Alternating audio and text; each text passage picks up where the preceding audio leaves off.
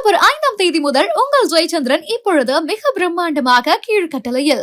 கரூர் கூட்ட நெரிசலில் 41 பேர் விஜயின் பிரச்சாரத்தில் உயிரிழந்த சம்பவம் தொடர்பாக உயர்நீதிமன்றம் அமைத்த ஸ்பெஷல் இன்வெஸ்டிகேஷன் டீம் சிறப்பு புலனாய்வு குழுவானது தற்போது விசாரணை மேற்கொண்டு வருவதாக தகவல் கிடைத்திருக்கிறது. விவரங்களை செய்தியாளர் நடராஜன் வழங்கிட கேட்கலாம். நடராஜன் வணக்கம். தற்போது சிறப்பு புலனாய்வு குழுவினர் கரூரில் எந்த பகுதியில் இருக்கிறார்கள், யார் யாரிடமெல்லாம் விசாரணை மேற்கொண்டு வருகிறார்கள்?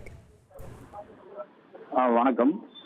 கடந்த 27ஆம் தேதி தாவேக தலைவர் விஜய் நடத்திய பிரச்சார கூட்டத்தில் கரூர் மாவட்டம் வெளிச்சாமிபுரம் பகுதியில் 41 பேர் உயிரிழந்தது தொடர்பாக நேற்று ஆவணங்கள் எஸ்ஐடியிடம் ஒப்படைக்கப்பட்ட நிலையில் இன்று எஸ்ஐடி தலைவர் அஸ்ரா கார்க் தலைமையில் நாமக்கல் எஸ்பி விமலா, குடிமைப்பொருள் சிஐடி எஸ்பி ஷாம்லா தேவி ஆகியோர் கொண்ட குழு இன்று கரூருக்கு வருகிறது ஆய்வு மேற்கொண்டு வருகின்றனர்.